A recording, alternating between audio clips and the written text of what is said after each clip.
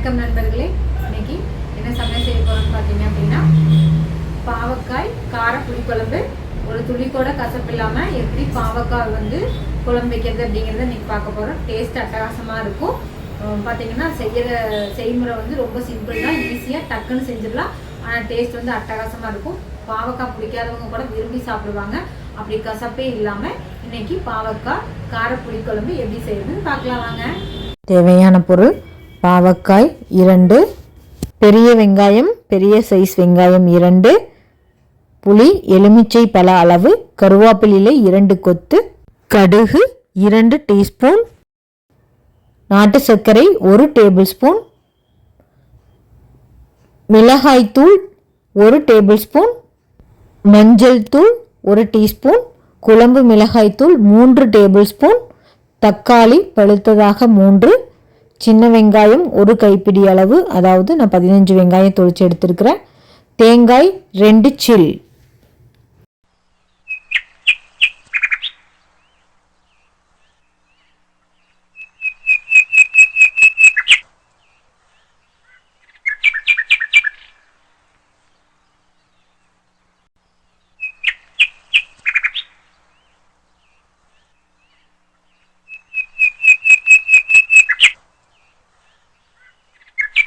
நம்ம புளியை ஃபஸ்ட்டு ஊற வச்சிடலாம்.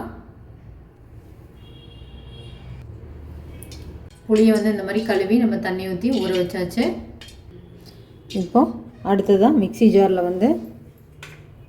நம்ம எடுத்து வச்சிருக்கிற 2 சில்லு தேங்காய், சின்ன வெங்காயம்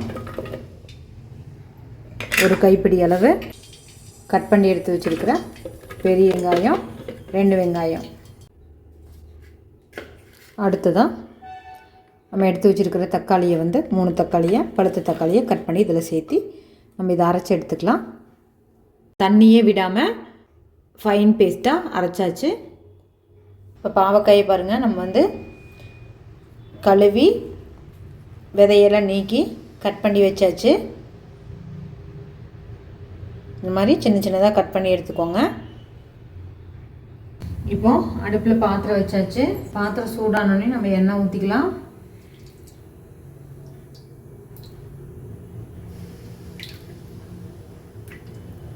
பாவக்காய் பொரிச்சு எடுக்கிற அளவுக்கு நம்ம இப்போ எண்ணெய் சேர்த்தியாச்சு. இப்போ எண்ணெய் காஞ்சிருச்சு. நம்ம கட் பண்ணி எடுத்து வச்சுக்கிற பாவக்காய் இதில் சேர்த்திடலாம்.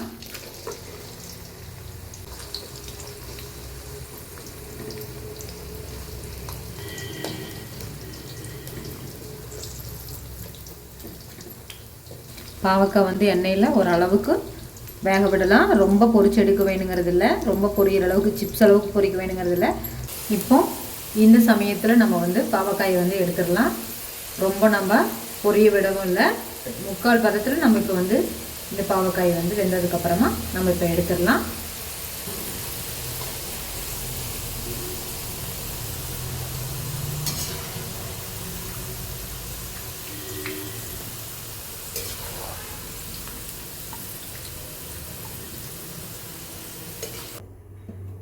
அடுப்பில் மீண்டும் பாத்திரம் வச்சாச்சு. நம்ம பொரிச்சு எடுக்கிறதுக்கு எந்த எண்ணெய் வேணால் யூஸ் பண்ணிக்கலாம். ஆனால் நம்ம இப்போ தாளிக்கிறதுக்கு நல்லெண்ணெய் தான் யூஸ் பண்ணணும். நல்லெண்ணெய் யூஸ் பண்ணும்போது புளிக்குழம்புக்கு டேஸ்ட் நல்லாயிருக்கும். அதனால் கண்டிப்பாக நல்லெண்ணெய் எடுத்துக்கோங்க. நல்லெண்ணெய் 2 டேபிள் ஸ்பூன். எண்ணெய் காஞ்சதும் கடுகு 2 டீஸ்பூன் இதில் ஆட் பண்ணிக்கலாம். இப்போ கடுகு நல்லா வெடிச்சிருச்சு. அதுக்கப்புறமா நம்ம எடுத்து வச்சுருக்கிற கருவேப்பிலை 2 கொத்தை இதில் சேர்த்துக்கலாம். அதுக்கப்புறமா நம்ம அரைச்சி வச்சுருக்கிற இந்த விழுதை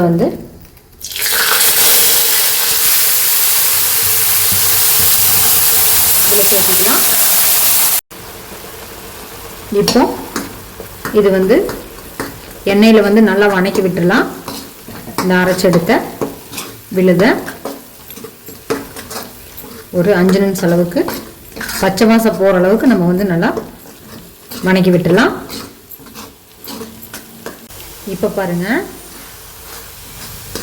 எண்ணெயோட இந்த நல்லா மசாலா வந்து நல்லா வணக்கியாச்சு.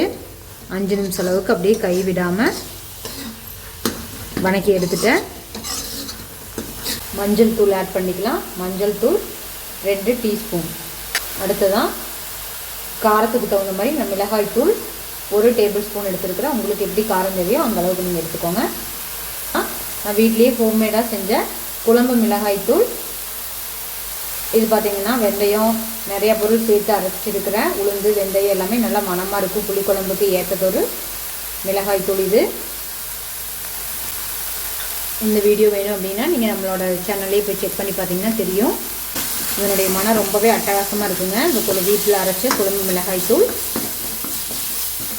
தேவைப்பட்டால் நீங்கள் போய் செக் பண்ணி பார்த்துக்கோங்க. உங்கள்கிட்ட எந்த குழம்பு மிளகாய் தூள் இருக்கோ நீங்கள் அதை ஆட் பண்ணிக்கோங்க. குழம்பு மிளகாய் தூள் வந்து நான் வந்து 3 டேபிள் ஸ்பூன் எடுத்துருக்கிறேன். அதுலேயே காரம் இருக்கிறதுனால நான் வந்து வர மிளகாய் தூள் 1 டேபிள் ஸ்பூன் மட்டும் எடுத்துட்டேன். இப்போ புளி கரைசலை வந்து நான் இதோட சேர்த்திட்டேன். ஒரு எலுமிச்சம்பழ அளவு எடுத்து ஊற வச்சுருந்தேன். புளி கரைசலை கரைச்சி நம்ம வந்து இதோட ஆட் பண்ணியாச்சு. இப்போ உங்களுக்கு குழம்புக்கு வந்து எவ்வளோ தண்ணி தேவையோ நீங்கள் அந்தளவுக்கு ஆட் பண்ணிக்கலாம் தண்ணி. இப்போ நம்ம தேவையான அளவு தண்ணி ஊற்றியாச்சு. பாருங்கள், ரொம்ப கெட்டியாகவும் இல்லாமல் ரொம்ப தண்ணியாகவும் இல்லாமல் இந்தளவுக்கு நான் எடுத்துருக்கிறேன்.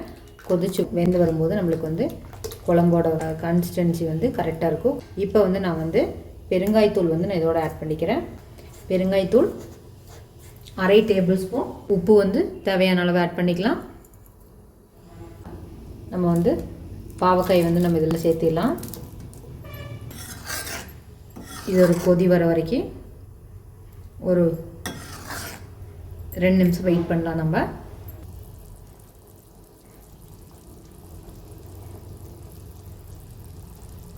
இப்போ பாருங்கள், நல்லா கொதிச்சு வந்துருச்சு பாவக்காய் குழம்பு.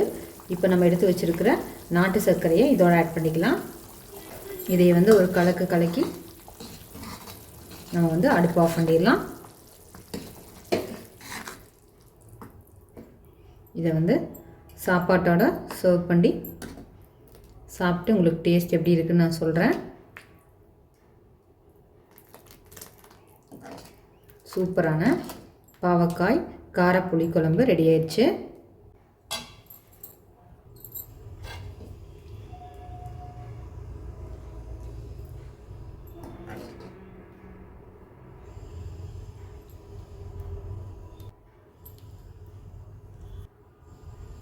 இந்த மாதிரி பாவக்காயில் காரப்புளி குழம்பு செஞ்சு கொடுத்தீங்க அப்படின்னா யாருமே வேணான்னு சொல்ல மாட்டாங்க. அவ்வளோ டேஸ்ட்டாக இருக்கும் இந்த பாவக்காய் காரப்புளி குழம்பு.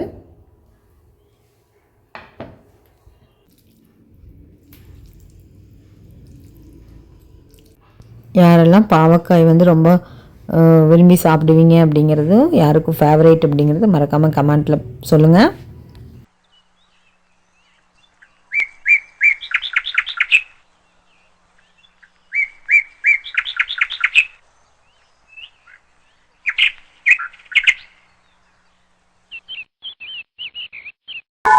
உண்மையிலுமே டேஸ்ட் ரொம்ப அற்புதமா இருக்குதுங்க.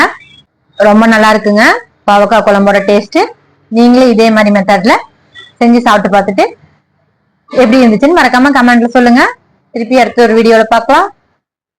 Tata bye bye. உங்கள் சூரியராணி.